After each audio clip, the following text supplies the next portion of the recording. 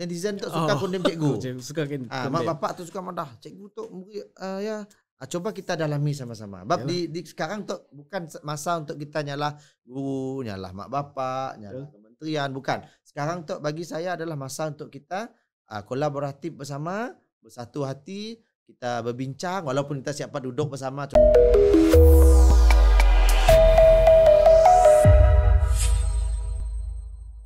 Assalamualaikum, salam sejahtera kami ucapkan kepada penonton-penonton di luar sana yang sedang menonton program kita hari itu, Podcast Tegas dengan Rakan. Alhamdulillah, hari itu kita telah mencapai episod yang ketiga bersiaran langsung. Seperti episod-episod sebelum tu, episod pertama dan kedua, kita telah membawa usahawan muda yang berjaya dalam bidang perniagaan. Dan hari itu, kita akan berjemput salah seorang orang muda juga. Anak jati Sarawak. Beliau dikenali sebagai guru besar termuda. Okey. Barangkali orang di luar tu tanya, siapakah tetamu jemputan kita hari itu? Siapa guru besar termuda tu? Selepas tu kami akan kenalkan tetamu jemputan kita tu. Sebelumnya, kami mau wawarkan kepada orang di luar nun yang sedang menonton program kita tu. Jangan lupa kita orang untuk like and share program kita tu. Share dengan rakan-rakan kita orang, share dengan family kita orang, share dengan kerek kita orang ke. Sebab tu adalah program ilmu, perkongsian ilmu dan pengalaman. Ia adalah sebuah program yang amat berguna untuk kita semua.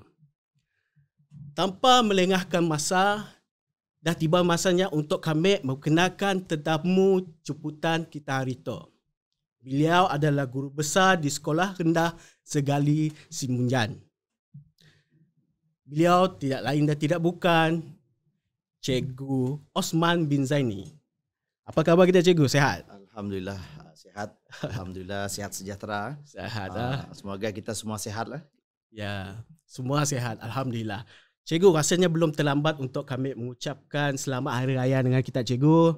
Yalah, berapa minggu dah kita menyambut raya. Macam ni dengan perayaan kita sambutan raya kita, Cikgu, pada tahun tu? Alhamdulillah, perayaan kita pada tahun tu seperti juga tahun lepas, dalam keadaan berjaga-jaga. Yeah. Kita kata orang, kita mengikut peraturan dan juga SOP yang ditetapkan oleh kerajaan kita, kerajaan negeri, supaya kita sentiasa mengikut SOP. Dan Alhamdulillah, walaupun dalam keadaannya kita dapat menghidupkan suasana raya dengan suasana yang masih ceria, masih indah bersama dengan keluarga terdekat kita. Alhamdulillah, meriah je lah. Meriah dalam kata kitam pun lah di rumah. Kita mengikut kepada norma ataupun peraturan-peraturan yang kerajaan dah tetapkan. Sebab kita sebagai rakyat yang netizen yang baik, netizen yang bertanggungjawab, itulah peranan kita. Kita sama-sama menjaga apa yang dah diamanahkan oleh kerajaan kepada kita. Kira kita masih bersyukur lah diberi peluang untuk meraihkan hari raya pada tahun tu. Alhamdulillah lah. Okey, kami mewakili tim Tegas ingin mengucapkan ribuan terima kasih kepada Cikgu Osman kerana sudi datang menjayakan program hari itu. Walaupun Cikgu Osman busy dengan jadual kerja Cikgu Osman, tapi Cikgu Osman ada masalah, masa dengan kami orang, bersama-sama dengan kami hari itu lah. Okey. Sebelum kita pergi ke soalan yang lebih ekstrim, Cikgu Osman. Okay, boleh. Saya dah lah. Guru je. Santai-santai ya, Cikgu Osman. Boleh. Sebelum kita pergi ke soalan yang seterusnya, yalah, orang di luar tu mesti tanya-tanya. Siapa Cikgu Osman tu? Berapa umurnya? Dah kahwin ke belum? Ada yang mengenali Cikgu Osman, tapi saya tahu lah lebih detail tentang Cikgu Osman. Boleh si Cikgu Osman ceritakan tentang latar belakang Cikgu Osman sikit, and then kita ceritalah pasal perjalanan kerjaya kita bila kita bekerja sebagai guru dan dilantik menjadi guru besar di SK Segali. Okey, alhamdulillah. Terima kasih kepada moderator kita. Okey, alhamdulillah, sebelum saya pergi lebih jauh lagi, kita kata orang itu kita loya secara santai ilmu lah bagi saya. Saya mengatakan bahawa tu santai ilmu. Sebab apa? Kita bercakap contoh dalam masa sama kita sebenarnya berkongsi ilmu dalam keadaan yang santai. Benar. Jadi pertama sekali saya nak kami nak mengucapkan jutaan terima kasih terutama kepada Ketua Jabatan saya di mana pihak Jabatan Pendidikan Negeri Sarawak kerana telah memberi pelepasan keizinan untuk saya bersama pada hari ini, dan juga kepada pihak Pejabat Pendidikan Daerah Semunjan kerana memberi pelepasan dan juga kata orang memberi kepercayaan kepada saya untuk bersama-sama dengan pihak Tegas pada hari ini dalam program yang penuh bagi kami program tu satu program yang sangat besar impaknya, terutamanya kepada kita belia negeri Sarawak. Jadi alhamdulillah inilah kata orang benar kata kita tadi, memang jadual kita minggu tu setiap kata orang memang agak padat dengan kerja-kerja hakiki kita. Yalah. Lepas hakiki padat dengan kerja-kerja dengan urusan keluarga kita. Yalah, cikgu memang busy ya. Kadang-kadang kita sampai malam pun mak bapak akan nanya kita. Dan sampai ke hari Sabtu Ahad pun mak bapak akan nanya, bukannya nanya tentang benda yang kata orang memberi keuntungan, tapi sebenarnya benda yang memberi kepada pengetahuan ilmu. Kata orang orang lain businessman mungkin hujung minggu yang boleh mula duit. Tapi guru-guru kita hujung minggu kita dipenuhi dengan kata orang soalan-soalan daripada mak bapak. Tapi kita sebagai guru kita hadapinya dengan senyuman. Kita hadapi dengan penuh ikhlas bahawa inilah tugas seorang guru untuk memberi didikan kepada anak-anak bangsa kita. Besar pengorbanan seorang guru. Betul. Besar. Terlalu besar. Bila kita ngenang cikgu-cikgu kita lama dulu sebenarnya ia adalah kerja cikgu. Nampaknya seperti kata orang dah cikgu macam balik turun pagi, balik tengah hari, tapi sebenarnya di sebalik kerjanya dari pagi sampai ke tengah hari sampai ke petang, kadang-kadang membawa ke malam. Itu siapa yang tahu dan merasa apa yang dihadapi ataupun yang dibuat oleh seorang guru insya-Allah kita akan faham. Jadi untuk seterusnya kita melihat sedikitlah pribadi kami okay, tadi nanya tentang siapa nama, diam sini, pendidikannya macam ni, ada anak, ada bini kah. Jadi alhamdulillah jadi saya nak kenalkan diri saya. Saya Cikgu Osman bin Zaini. Saya berasal dari Kuching.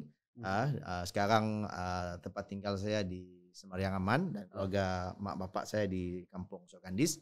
Jadi pendidikan saya bermula di sekolah rendah. Saya bersekolah di SK Astana. Di SK Astana. Selepas di SK Astana saya sekolah di SMK Tun Abang Haji Openg. Di SMK Tun Abang Haji Openg. Dan selepas di SMK Tun Abang Haji Openg, kita seperti remaja lain. Sik lah pandai gila. Sik lah terlalu sik pandai. Tapi kita, betul saya selalu nerap dengan murid-murid, kita pelajar biasa, sederhana. Tapi kita ada semangat luar biasa. Kita akan jadi orang yang luar biasa. Mesti kita gauk terus aja go. Gauk sih. Nak ada gauk sih lah. Nakal lah. Bola lah kita. Bola. Apa nama? Kita murid-murid yang remaja. Kita remaja. Memang. Main di pustaka, lepak di pustaka. Siapa yang siang kami faham lah. Pustaka yang macam shopping mall dulu. Saya ada tempat lain yang bersekolah macam kami 2005 kami form 5. Senang je. Tahun 2001 kami form 1. Tahun 2002 kami form 2. Jadi senang ingat. Jadi kita remaja. Pelajar biasa, pelajar yang pendidikan biasa, kita berkawan dengan orang yang luar biasa, orang yang pandai, yang bijak. InsyaAllah kita pun akan jadi orang yang kata orang boleh ngikut kepandaian kawan-kawan kita. Terus terang kami madah, kami bukan pelajar yang straight A, bukan. Bukan pelajar yang kimianya A+, admit-nya A+, bukan. Admit kami 9. Kimia kami 6. Kita subjek-subjek yang kata mun bahasa Sarawak kita tueja nak ikut sensai. Tapi kami lebih kepada sastra sebenarnya. Tapi kami lebih bila kita ngikut sensai kita kawan kita pandai, kita nak ikut kawan kita pandai.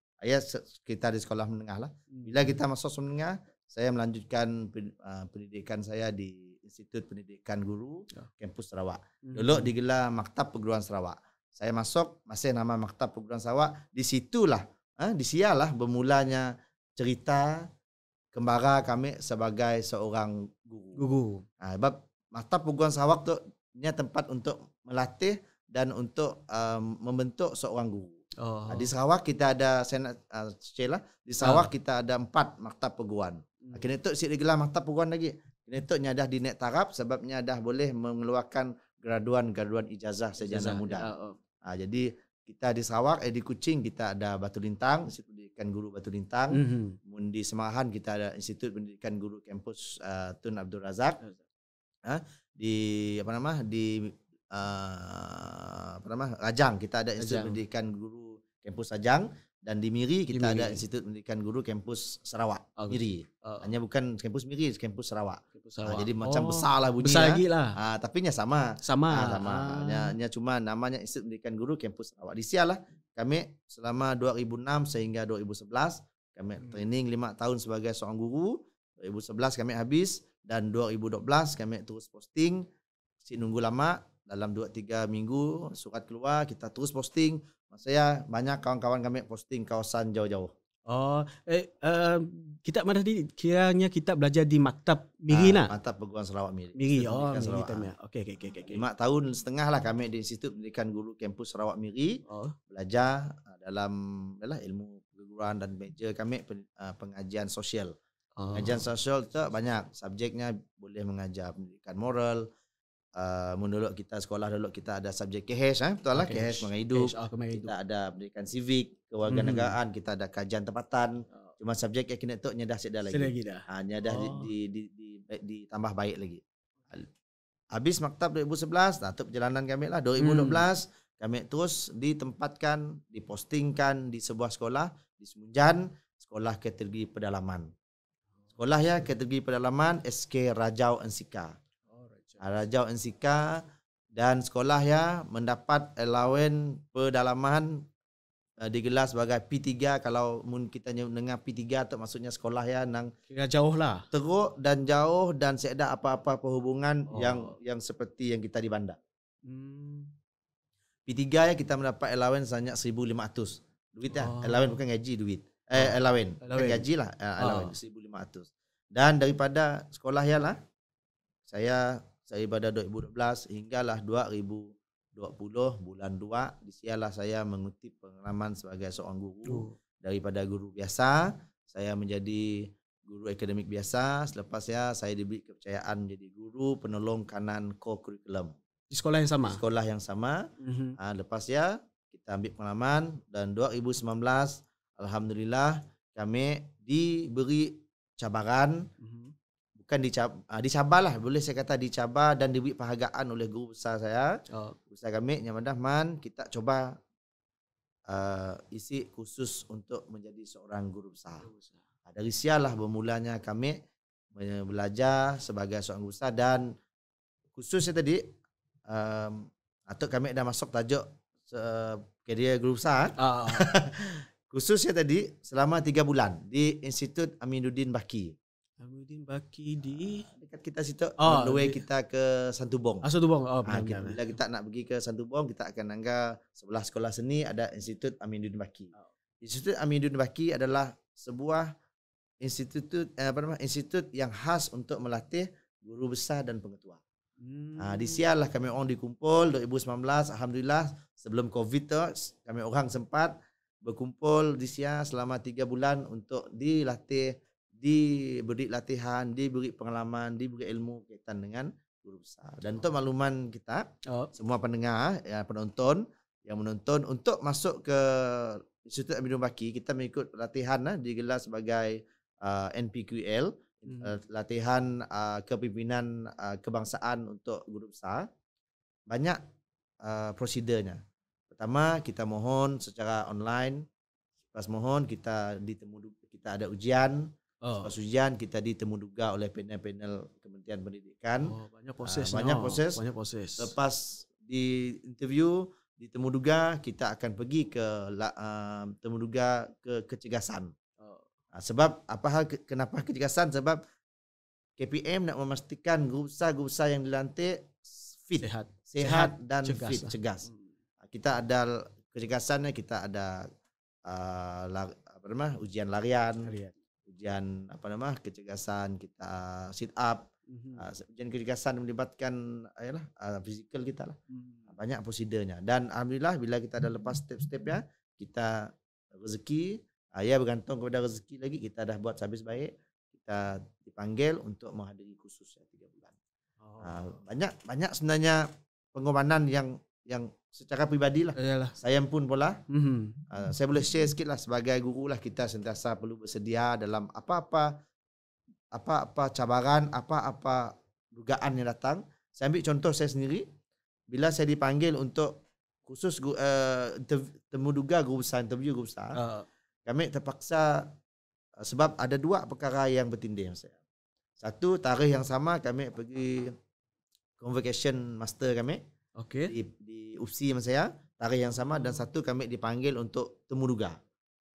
Jadi kami perlu pilih salah satu antara 2 GA. Tapi bila kami konsultasi berbincang dengan pihak Jabatan Pendidikan Negeri Sarawak, atau saya nak ucapkan penghargaan lah kepada Jabatan Pendidikan Negeri Sarawak kerana tolak ansur kebajikan yang sangat-sangat baik. Setidaknya Madah, cikgu kita boleh pilih kita nak interview di mana. Di sini kita nak interview. Klinik tu hanya interview ada di Bintulu dengan di Miri Madah. Tapi yang ada yang terdekat di Bintulu. Madah rugi cikgu mungkin kita lepaskan peluang tu, mungkin ia akan lambat datang lagi. Yalah, peluang hanya sekali. Ya betul, peluangnya sekali. Jadi kami dengan kawan 3 orang terbang. 3 orang kita orang lah yang terpilih lah. Dalam beratus ada kami 3 terpaksa pergi Bintulu. Sepatutnya interview di IB di Kuching kita tu. Tetapi terpaksa terbang ke Bintulu. Hari terbang Bintulu, interview, temu duga apa semua, prosesnya petang balik Kuching balik. Esok sekolah. Sabi lah. Jadi kita mengorbankan dia lah dari segi masa, uang kita, tenaga kita. Jadi berbaloi hasilnya berbaloi. Dan 3-3 kami tadi 3-3 jadi guru besar. 3-3 alhamdulillah. 3-3 dah dipilih. Seorang jadi guru besar di Miri, kawan sahabat saya. Seorang lagi baru dilantik awal tahun antara yang termuda juga di Malaysia, kami 32, dilantiknya dilantik tahun lepas 33. Tahun untuknya 34. 34 kita. Kami tahun untuk 33. Jadi antara yang termudanya di SK Gobel masa tu. SK Gobel. Cikgu Azizi. Jadinya pun dilantik sebagai guru besar. Ya perjalanannya lah. Untuk sebagai guru besar kami pun perjalanan rentetan peristiwa lah. Pada kita tadi.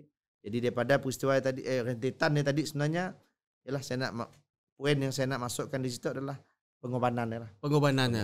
Untuk itulah. Banyak yang kita perlu lalui lah. Saya nak cerita tu panjang lah. Panjang. Takut soalan lain jap. Jadi yang saya dapat sebab sedikit lah. Mungkin kita ada apa-apa lah yang kita nak. Yalah. Selepas kita dengar Cikgu Osman cerita pasalnya pun pengalaman perjalanan kerjanya bukan senang lah. Bukan senang untuk mendapat title sebagai guru besar ya. Ya yang patut kita nanggal lah perjalanannya orang pada rintangan yang ditempuh oleh Cikgu Osman. Ya sebagai sebagai kita pun pegangan lah dalam hidup pengorbanannya. Asal kita ada semangat, apa yang kita mau aim, semuanya saya dah semuanya akan berjaya. Boleh kami tahu bila kita dilantik sebagai guru besar ya Cikgu Osman? Okey. Untuk lantikan ya, alhamdulillah kami boleh katakan bahawa satu urusan karier pendidikan kami tu kata orang dipermudahkan, kata orang berkat doa mak bapak kami yang si putus-putus, berkat doa isteri kami. Kami lupa kami dah beristeri. Lambat sikit kami dah beristeri. Alhamdulillah dikurniakan 2 cahaya mata. Alhamdulillah. Seorang lelaki, seorang perempuan. Seorang dah darjah 2, yang seorang setahun lebih lah alhamdulillah. Ya keluarga kecil kami lah. Alhamdulillah, dan setidaknya lah isteri, anak-anak kami tu lah antara kata orang pembakarnya lah, pembakar semangat. Punca semangatnya. Selain daripada doa mak bapak kita si putus-putus setidaknya yang antara kata orang core yang kuat dalam diri kita lah bagi kami lah. Bagi kami mak bapak, isteri, anak-anak, adik-beradik, setidaknya lah yang kata orang yang kuat memberi semangat, walaupun hanya memberi semangat secara kata orang secara nampak, tapi dari dalam doa kita sih tahu doa abang kita, kakak kita, mak bapak kita, bini kita. Jadi kita sih ya. Jadi untuk soalannya tadi, bila kami lantik guru besar, kami dilantik pada tahun lepas, tahun 2020, iaitu pada kalau ikut rasminya suratnya 16 Februari 2020. Sebelum kita COVID. Nasib sebelum kita COVID. Alhamdulillah lah. Kami sempat kata orang waktu ya kita macam bila kita nerima suratnya, kita macam satu perasaan kami takut. Memula memang perasaan kami takut memula. Takut, dan juga satu lagi kami bercakap dengan kami pun, dapat sih aku menanggung amanah dan tanggungjawab yang diberi. Bukan kecil amanah ya. Dan bila kami nangkan nama sekolah diberi pun sekolah yang lebih besar daripada sekolah kami yang sebelumnya. Jadi cabaran kami dah nampak dah cabarannya. Apa cabaran yang kami perlu lalui, dan pada masa juga bila kami menerima suratnya, seperti biasalah kita dah ada vision dengan mission kita. Kita dah ditetapkan dalam masa kita di Institut Amidun Baki, kita dah diajar oleh pensyarah dan juga guru kita bahawa apa yang kita nak pula kita dah selitkan dengan mission. Kita dah set perancangan. Dan saya nak nambah sikit. Mungkin ada orang muda nak nyetuk jadi gusa. Muda. Si patut bah umur 32. Contoh orang madah lah. Kami ada mendengar benda ya tapi kami kata orang menyantuninya dengan positif lah. Banyak orang madah, kabel. Tok orangnya tok. Ya, sebab kami cerita tadi rentetan tadi. Bila kita perjalanannya sebenarnya banyak rentetan. Sebenarnya kata orang bila kita mau, benda yang akan datang. Dan bila kita ikhlas, insya-Allah benda yang akan datang. Si perlu kita nak guna apa-apa kaedah-kaedah di luar daripada norma kita nak. Jadi benda lah yang perlu kita yakin bahawa bila Allah madah ya rezeki kita. Tapi kita jangan, saya nak terap dengan belia-belia, terutama kita orang Sarawak belia-belia Sarawak. Saya nak tekankan, saya nak terapkan, kita jangan, bahasa mudah, kita jangan kalah dengan orang lain. Ibu lalik lah daripada orang. Bila kita nanggap kawan kita boleh berjaya, kita pun boleh berjaya macam kawan kita. Jangan bila tangga kawan kita berjaya, kita madah kawan kita, nyetuk. Biasalah nyetuk. Nyetuk dah orang yang dah pandai. Asyik dia tegalnya pandai, asyik dia tegalnya anak nyetuk. Tapi kita mesti yakin bahawa belia kita tu, kita ada kejayaan kita masing-masing. Masing-masing ada peluang. Bila kami nangga kita berjaya, kami doakan kita. Kami suka, kami gembira. Kami nak terapkan dengan belia kita lah. Jangan kata orang bila nangga kejayaan orang kita lalu sentap. Lalu madah. Nyetuk. Ya tu. Adalah kabel. Pelik nyetuk. Pelik nyetuk. Pakai bomoh kali. Pakai bomoh. Pakai bomoh ke apa nak. Tapi sebenarnya belia kita jauhkan dengan benda lah. Yalah. Satu kita yakin, tapi satu yakin, dan yang penting belia kita di Sarawak tu ilmu penting. Yalah. Ilmu yang sangat penting. Sangat-sangat penting ilmu ya. Apa-apa ilmu lah. Ilmu komputer kah, ilmu tentang kewangan kah, ilmu tentang apa lagi. Sebab kita ada passion kita masing-masing. Kami nak terapkan lah. Okay? Yalah, dengan apa yang Cikgu Osman cerita tadi, ialah kami amat tertarik lah. Yang mana ada ilmu yang penting. Memang benar. Ilmu tu yang membawa kita ke arah yang kita mau. Kalau kita one day kita mau jadi doktor, tanpa ilmu si guna juga. Sebab yalah mau jadi doktor, sikalah dah besar kelak tiba-tiba jadi doktor macam ni aja. Nya sih semudah ya. Tapi kita perlu belajar, kita perlu menimba ilmu ya yang penting. Okey, cikgu. Ya, macam kita cerita tadi, kita dilantik sebagai guru besar last year. Time umur kita 32 nak? 32. 31. Birthday kami bulan 3. 31. Bila dah bulan 3 baru kami 32. Waktu bulan 2 kami 31. Okey, siapa yang di luar tu tahu lah dah kantoi dah birthday cikgu. Okey. 31. Maka siaranlah dengan gelaran guru termuda ya. Tapi kami pun tanya cikgu lah, dengan gelaran guru besar termuda ya. Gini rasanya, adakah yang mencabar? Mencabar maksud kami situ adalah mencabar dari segi kita bekerja dengan orang lebih berpengalaman dan lebih tua dari kita. Boleh kita kongsikan dengan kami orang dan penonton-penonton di luar nun, apakah tips kita yang boleh kita berikan? Macam ni kita mau bekerja dengan orang lebih tua dengan lebih berpengalaman dari kita. Okey. Terima kasih moderator kita. Satu kata orang, soalan yang pasti akan ditanya oleh siapa-siapa. Soalan tu.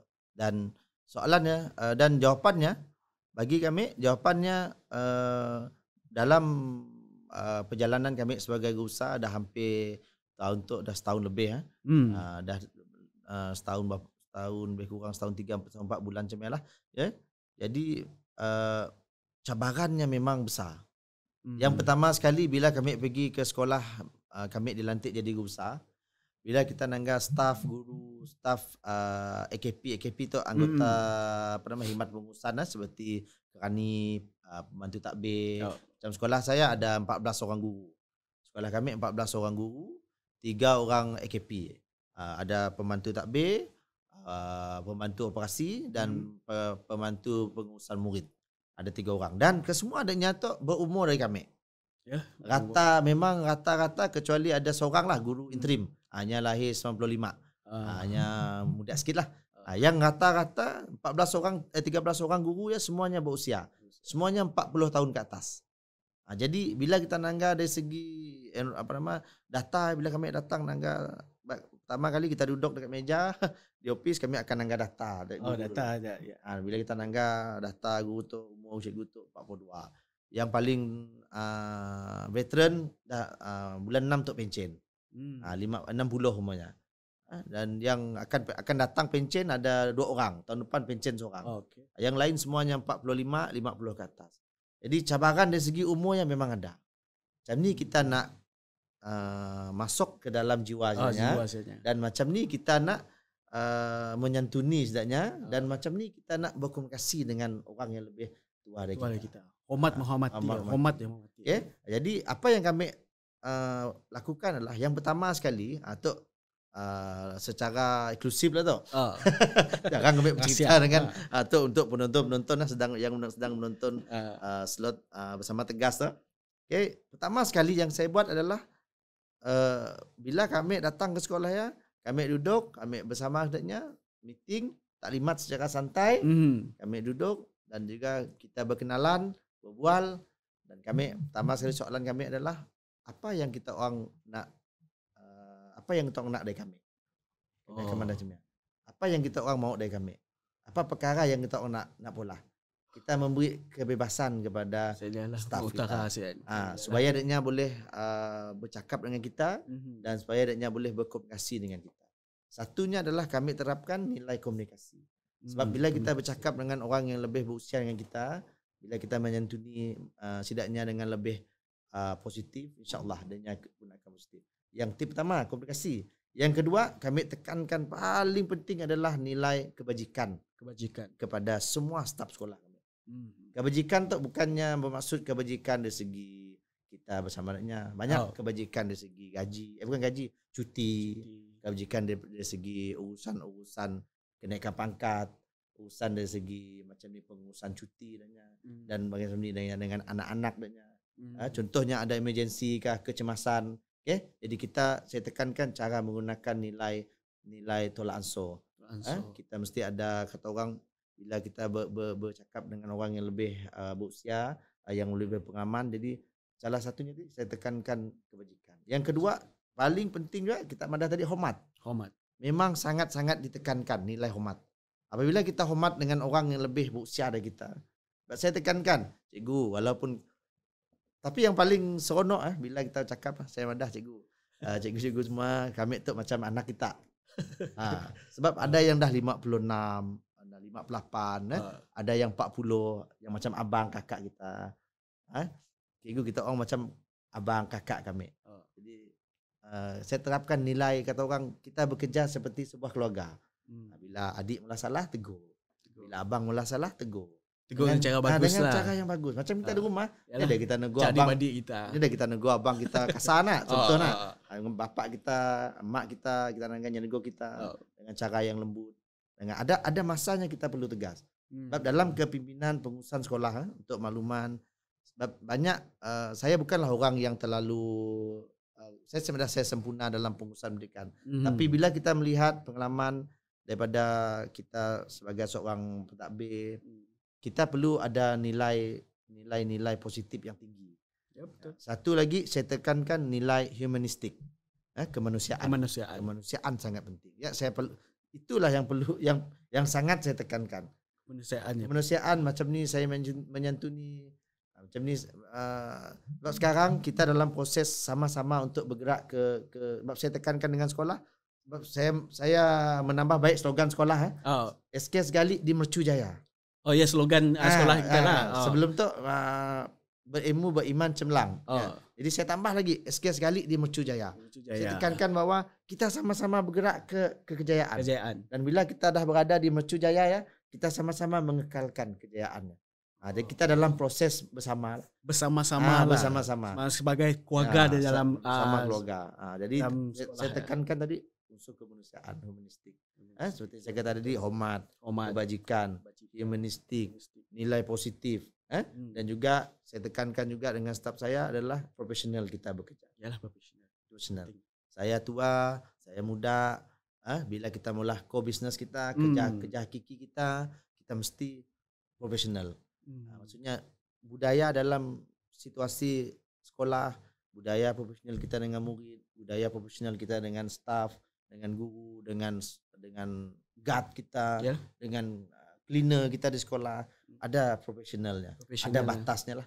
Itu yang saya tekankan lah. Tapi secara keseluruhan sepanjang setahun lebih saya sebagai pemimpin di sekolah, kita dapat merasakan bahawa semakin hari semakin nilai kekeluargaan, nilai kekitaan diterap dengan nilai profesional tadi, kata orang masih dan sentiasa berjalan dengan lancar lah.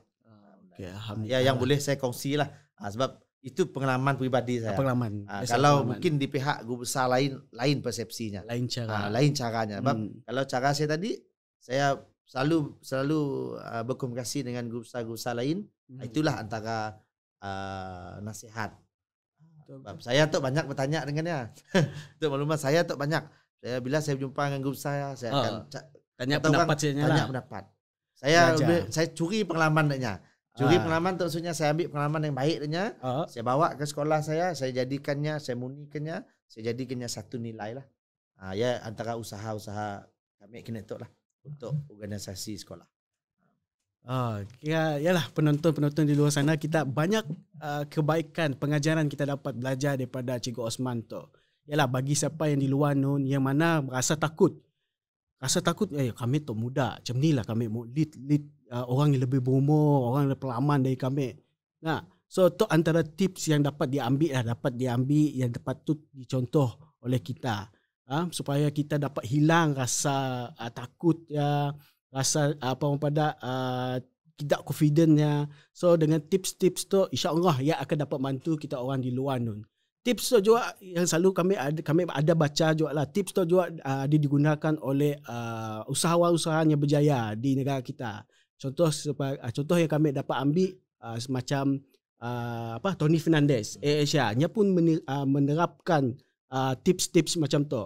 Profesional, kerjasama, hormat-hormati, ia adalah penting. Tanpa tu semua sebuah organisasi akan berjaya. Okay. Seterusnya cikgu, semenjak isu besar kinitok yang dihadapi oleh negara kita, kami boleh kategori itu sebagai bencana lah, COVID-19 atau memang famous kinitok lah. Semenjak negara kita dilanda COVID-19, banyak program, aktiviti kita yang biasa kita pola terpaksa diubah atau ditunda.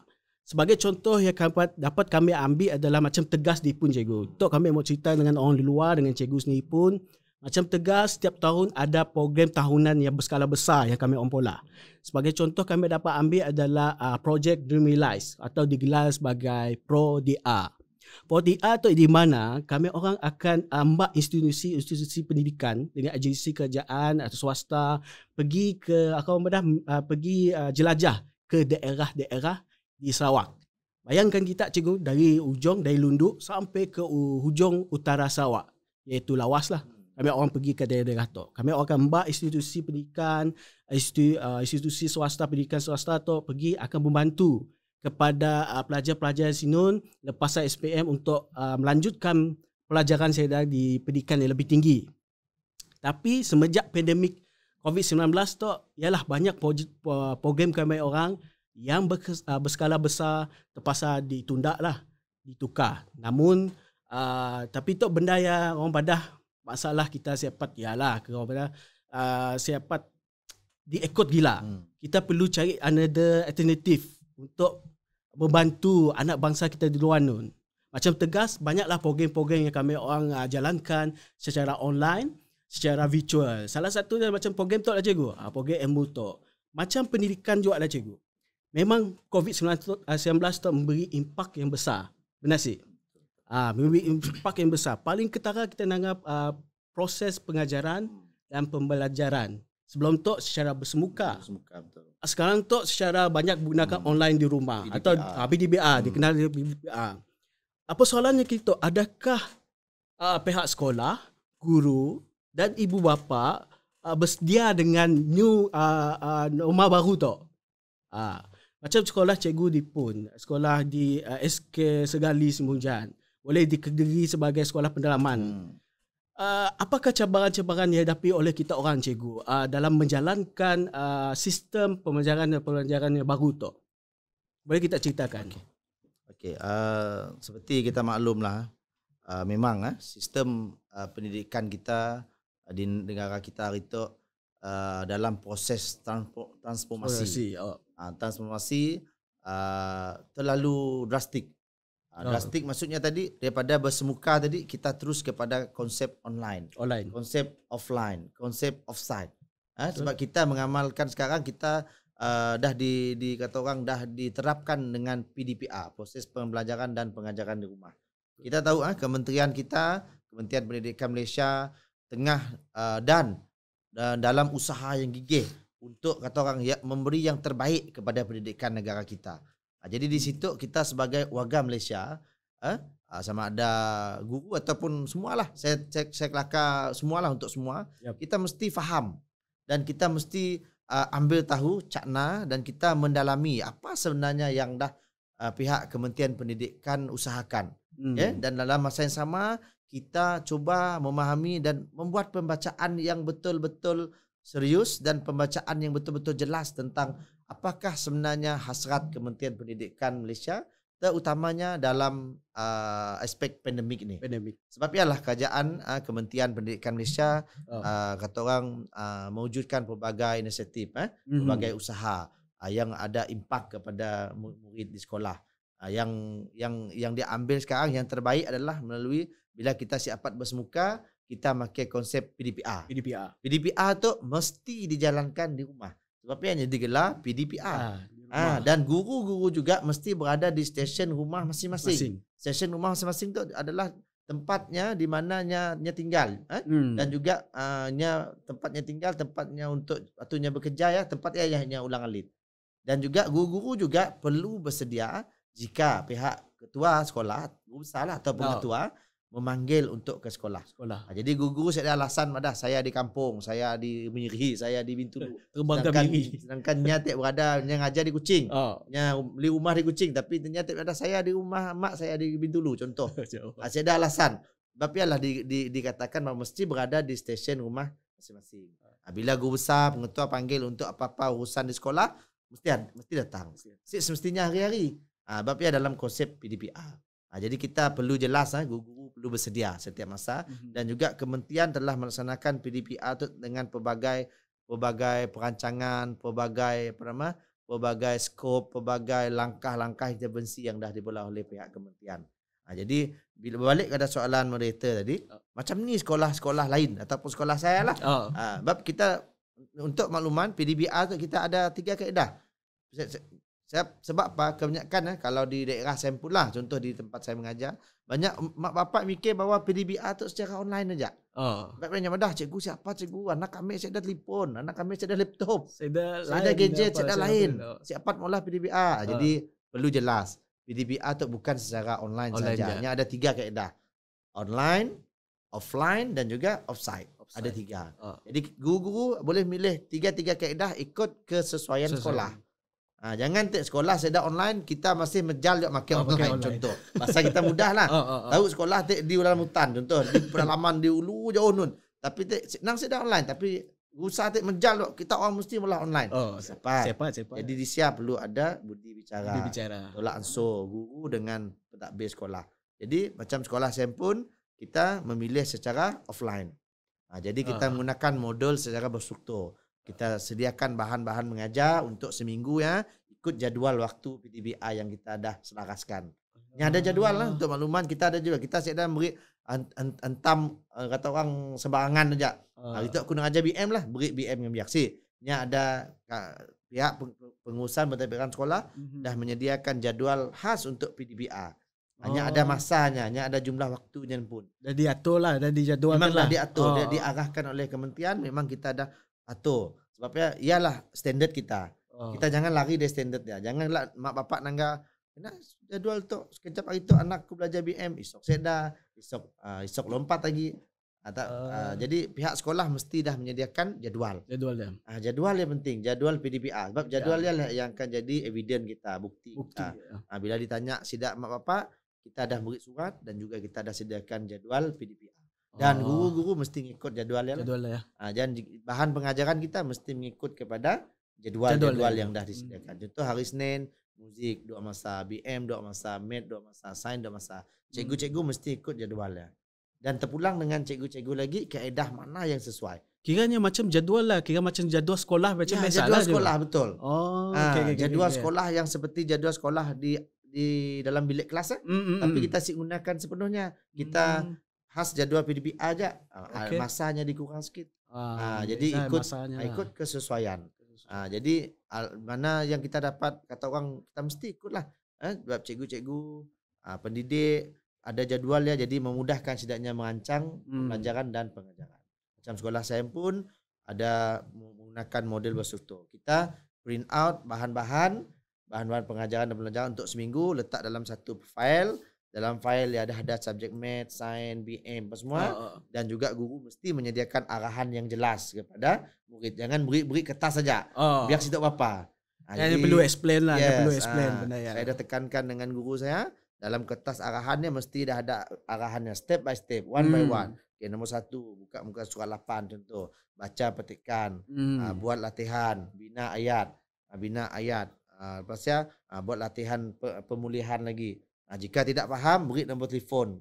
Sebab kini tu dah ada arahan, ibu bapa boleh menghubungi guru-guru bila-bila masa untuk bertanya soalan-soalan yang mungkin dia masih faham. Tapi situasi sekolah saya. Tapi mun di bandar tadi, contohlah sekolah di bandar, sekolah anak saya pun, nya melalui menggunakan online. Online sebab bandar saya dah alasan internet saya dah, gadget kurang, gadget saya dah. Kata orang sekurangnya mesti ada. Jadi di bandar kita ada online, anak saya menggunakan GM, contoh Google Meet, disialah kita nangga setidaknya belajar. Cikgu pun mengajar macam biasa. Cikgu pun mengajar macam biasa, ada whiteboard, ikut aktiviti cikgu. Ini tu saya nak kongsi lah belia-belia sekarang. Saya tahu belia-belia kita di Sarawak tu sangat-sangat kreatif. Aktif, kreatif, proaktif. Dan termasuk saya pun terpaksa kata orang belajar ilmu-ilmu baru. Olah video menggunakan pelbagai aplikasi. Buka channel YouTube. Kita guna Instagram. TikTok. Yang pandai TikTok. TikTok lagi seronok. Saya pun belum pergi olah TikTok. Yang saya nanggap kawan-kawan saya yang mengajar di contoh. Saya ambil contoh Cikgu Muhammad Nazmi. Kenetuknya berada di Lawas. Yang one of the teacher yang sangat-sangat kreatif. Mungkin ada masa pihak tegas boleh lah. InsyaAllah boleh bersama dengan beliau. Saya shortcut lah. Beliau guru yang kreatif, guru bahasa Inggeris yang kreatif, yang menggunakan pelbagai kaedah untuk mengajar dan juga yang menggunakan kaedah video, TikTok, Instagram, Facebook, pelbagai kaedah yang selitkan dalam pembelajaran dan pengajarannya dan boleh menarik perhatian murid. Makanya murid siknya terlalu boring lah. Betul. Sebab ada tarikan macam ayam mula setidaknya semangat untuk belajar lagi. Saya setuju. Sebab kita semua guru berpusat proses pengajaran berpusatkan guru. Kalau dulu kita nangga cikgu ngajar anak, sebut abu, semua sebut abu. Saya ajar main, biar main, sebut main. Salin semua, semua biar salin. Itu kita fokus mau tu berpusatkan murid. Murid mula kerja kita sebagai fesi, guru sebagai mentor. Jadi fesi. Jadi penggalak, jadi orang yang melihat kepada proses pengajaran. Antara lah. Balik kepada tadi PDPA tadi. Alhamdulillah kita di sekolah kita mengamalkan konsep model berstruktur tadi. Murid akan ambil latihan, bukan murid, mak bapak akan pergi sekolah untuk ambil latihan dan mengikut SOP yang dah kita berilah. Mesti menggunakan mask, mesti sihat, mesti Jadi kita dah amalkan. Sebenarnya PDPR tadi dah berlangsung dari tahun lepas. Sebab itulah kerajaan, sebabnya kita madah Kementerian Pendidikan sangat-sangat teliti. Setidaknya dah ada perancangan jangka pendek, jangka panjang. Contohnya kita tengok Didik TV. Dia wujudkan Didik TV. Sebab dia dapat melihat bahawa COVID akan meningkat. Jadi dah terbukti ada meningkat, jadi kita masih menggunakan PDPR. Jadi kita doakanlah sama-sama sembuhan COVID itu makin turun. Sebab sebenarnya proses bersemuka ya lebih seronok untuk anak-anak murid. Guru boleh lebih kreatif. Guru dapat ekspresikan apa lagi nak mengajar di sekolah. Ya saya boleh beri sedikit perkongsian lah untuk PDPR. Yalah, seperti apa yang Cikgu Osman cerita tadi. Kami pun bawa tahu lah. Rasanya ibu bapa di luar nun selalu macam kita si tahu bahawa sebenarnya macam Cikgu Osman pada ada 3 kaedah. Online, sikit lagi apa dia Cikgu?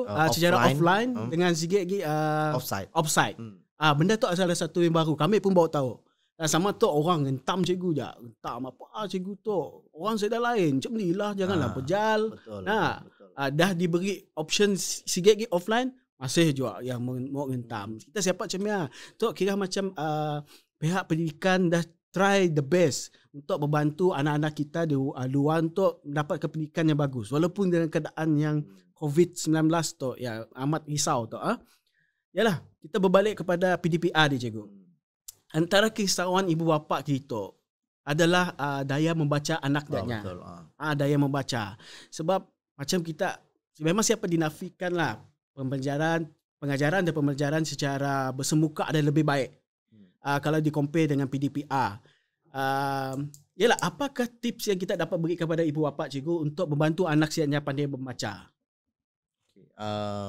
Untuk isu tu, masalah tu sebenarnya memang berlaku. Termasuklah di sekolah saya pun. Kita risau, kita sebenarnya risau dan takut.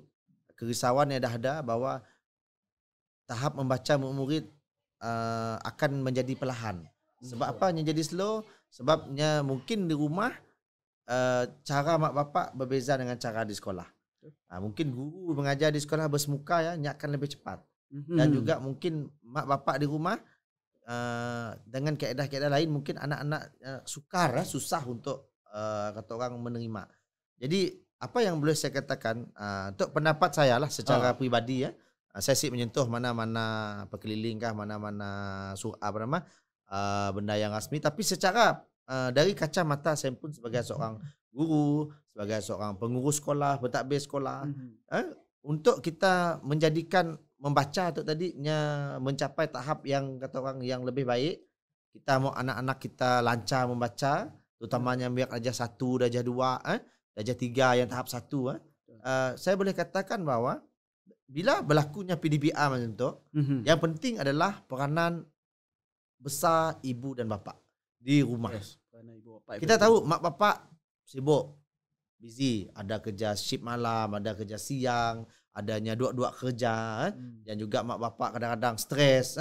Kita sih boleh madah benda yang si stres, memang akan berlakunya stres.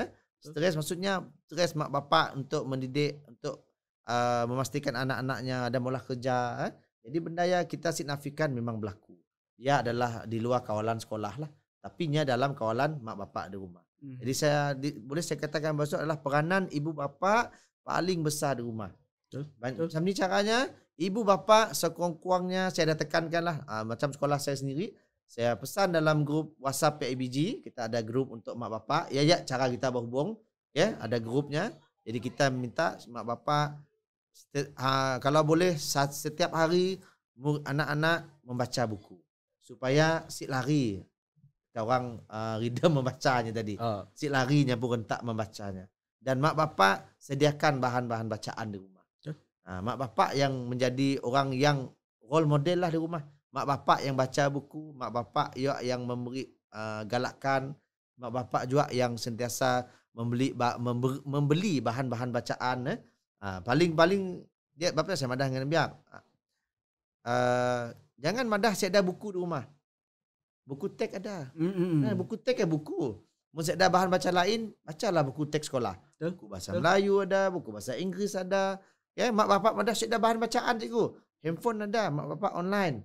Buka dalam Google, cari bahan bacaan, contoh, cari isu-isu semasa. Banyak artikel kita boleh jumpa. Artikel tentang sebenarnya artikel yang serius.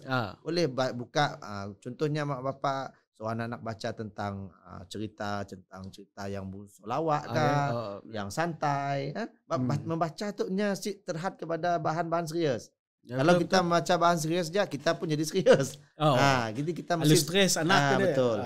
Contoh baca depan anak, baca okey tok sejarah Melayu contoh. Sejarah Melaka. Anak kita jadi boring lah. Jadi kita campurkan sikit bahan-bahan yang lebih bersifat santai. Jadi peranan mak bapak. Yang khususnya bagi kami mak bapak di rumah mesti juga mendalami ilmu-ilmu yang guru-guru ajar di sekolah.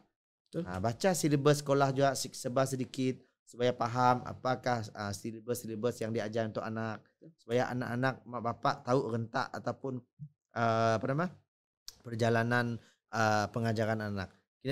Kita mau mak bapak dengan guru mesti bersatu hati, berganding bahu dan bersama-sama memastikan PDPR tadi berjalan dengan lancar. Cepat mau harapkan cikgu 100%. Betul. Saya tertarik dengan kata kita tadi, Mandah, jangan condemn netizen tu suka condemn cikgu. Mak bapak tu suka Mandah, cikgu tu coba kita dalami sama-sama. Sebab di sekarang tu bukan masa untuk kita nyalah guru, nyalah mak bapak, nyalah kementerian, bukan. Sekarang tu bagi saya adalah masa untuk kita kolaboratif bersama, bersatu hati, kita berbincang walaupun kita siap duduk bersama. Contoh bagi itu sekolah-sekolah sih boleh mbak orang luar masuk dulu. Nyampur berkeliling peraturan sehinggalah Covid tu selesai. Sekolah sih boleh dan dilarang untuk membawa ibu bapa kah siapa-siapa orang luar datang sekolah sih boleh. Jadi kita ada medium online, kita gunalah Telegram apa semualah. WhatsApp yang paling mudah, WhatsApp. Nak mula GM memang macam kami memang agak sukalah. Kekangan online dah jadi online-nya dah paling besar. Jadi itulah saya boleh katakan, yang penting mak bapak dalamilah, tambah ilmu, sama-sama kita tambah ilmu, jangan mengharap memang kita mengharapkan guru. Betul. Tapi kami nak madah jangan jangan madah guru lepas tangan. Jangan terus lepas tangan dengan guru. Sekarang masa untuk mak bapak, peranan mak bapak di rumah lain. Guru PDPR ada peranannya pun. Jadi dua-dua tu berperanan, dua-dua connect, insya-Allah. Dua-dua yang akan memberi impak yang positif dalam pendidikan kita. Walaupun dalam norma baru tu kita tahulah memang kita nak capai target yang 100% memang agak sukar. Tapi kita ada mission kita. Kita optimis. Bila kita optimis, insya-Allah benda yang akan berjalan dalam kawalan kita. Bagi pendapat kami lah, peribadi kami untuk sekolah kami pun lah. Dan juga mungkin benda tu boleh diterapkan guru-guru ataupun pentadbir-pentadbir di sekolah yang sedang mendengar, yang sedang menonton rancangan tu. Jadi ambil yang positif. Apa yang saya katakan tadi, benda yang berdasarkan based on my experience, pengalaman saya pun, yang saya boleh katakan, insyaAllah boleh diterapkan dalam apa yang kita lakukan. InsyaAllah. Yalah, dengan kerjasama yang penting. Kita siap mengharapkan guru je dengan keadaan pandemik apa semua tu, semualah kerjasama antara ibu bapa dengan agensi lain juga yang penting. Okey cikgu, rasanya kita dah di hujung rancangan dah cikgu. Bolehkah kita kongsikan harapan kita kepada anak-anak didik yang kita di luar nun, dengan kita pun ialah pelajar-pelajar di sekitar sekolah, dengan anak-anak muda di luar nun. Harapan kita cikgu, apa harapan kita dengan sidaknya? Okey, baiklah. Harapan untuk anak-anak didik, mungkin sekarang anak-anak didik saya di sekolah lama saya, bila saya nanggal dalam Facebook setidaknya dah tingkatan 5. Ada yang dah tingkatan 3 atau 4. Okay?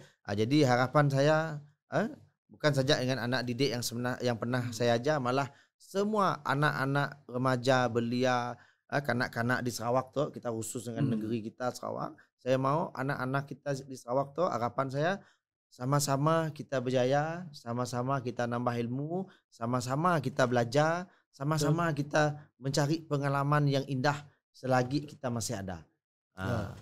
Yang penting saya mau, harapan saya secara pribadi, saya nak melihat belia-belia di Sarawak tu terus bangun, terus maju, dan kata orang pola aja. Kata orang go ahead aja. Go ahead je. Benda yang positif go ahead aja. Asalkannya boleh memberi Manfaat. manfaat kepada diri kita, kepada keluarga kita, kepada masyarakat kita, agama kita dan bangsa kita. Yang penting benda macam ni. Jangan kita mula benda si bagus kita bangga. Sebab kita kadang-kadang pribadilah, kadang-kadang saya sedih, kecewa, kadang-kadang kita rasa nak nangis. Kita nangga belia-belia kita ada yang duduk tepi jalan yang si tentu hala, yang melakukan perkara-perkara yang negatif, terlibat dengan dadah ialah musuh negara kita, dadah ialah diagak oleh belia kita. Kalau boleh kita nak belia kita jauhkan diri daripada anasir-anasir jahat, terutamanya saya nak fokus dadah lah. Dadah tu membunuh kita. Jadi saya mau belia-belia di Sarawak khususnya kita sama-sama belajar daripada sekolah rendah, sekolah menengah, masuk universiti, masuk mana-mana tempat belajar, apa-apalah, apa-apa bidang, jangan jealous dengan bidang orang, fokus dengan bidang kita pun. Mungkin kita minat elektrik lah. Mungkin kita minat internet, IT lah. Kita jadi nak minat perubatan lah. Nak jadi cikgu lah. Kita fokus macam ni. Saya nak tekankan macam ni lah. Sebab saya mau belia-belia kita jiwanya besar. Seperti anak-anak muda yang berada depan saya tu. Seperti kita semua lah. Ya. Jiwa kita besar. Saya tahu semua kita tu jiwa kita besar. Impian kita besar. Impian kita besar. Kita nak jadi someone. Kita nak jadi someone yang boleh memberi kebaikan dengan orang. Yang penting bila kita dah berada untuk pesanan saya dengan Sempun dan semua, bila kita dah berada di atas ya, kita sentiasa sebarkan kebaikan. Bila kita dah berada di puncak ya, kita sama-sama kita orang nangga juga orang di bawah, kita sama-sama membantu orang di bawah kita, kawan-kawan kita, sanak saudara kita dan juga apa yang kita nak ya. Jadi saya nak masih dapat ya? Saya boleh, tambah sikit untuk khusus kepada guru-guru terutamanya di Sarawak. Guru-guru anak-anak Sarawak guru-guru saya nak pesan kita guru-guru muda. Saya tak mewakili guru-guru muda. Saya nak madah kita mesti ada impian. Cikgu-cikgu di Sarawak mesti ada impian yang besar.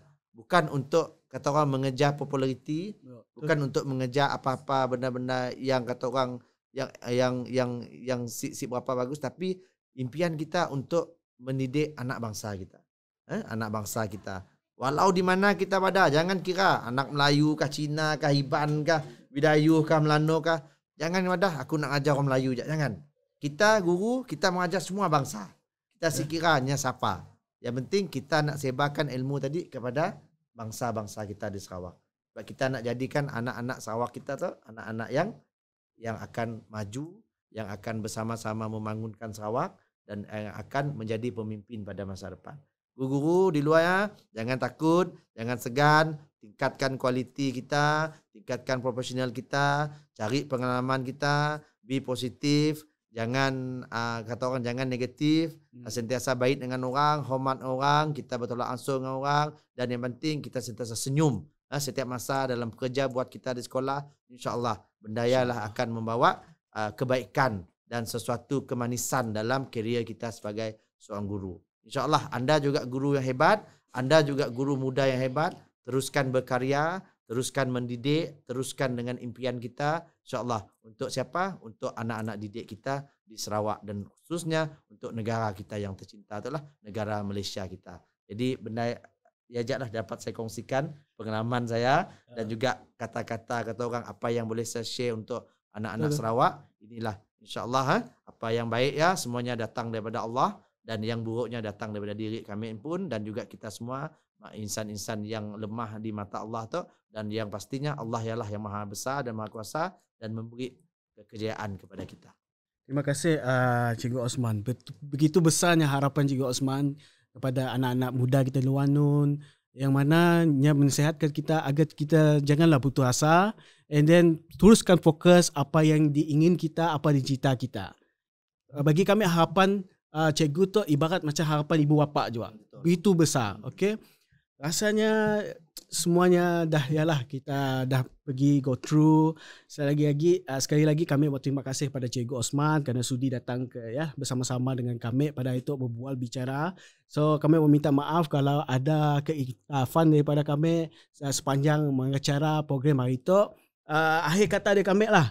Sebelum kami mau baca sedikit quotes. Pendidikan adalah senjata paling berbahaya di dunia. Dengan pendidikan, anda dapat mengubah dunia. Fikir-fikirkanlah. Akhir kata dari kami, Assalamualaikum warahmatullahi wabarakatuh. Selamat Hari Raya, jaga kita, jaga SOP. Assalamualaikum, bye-bye.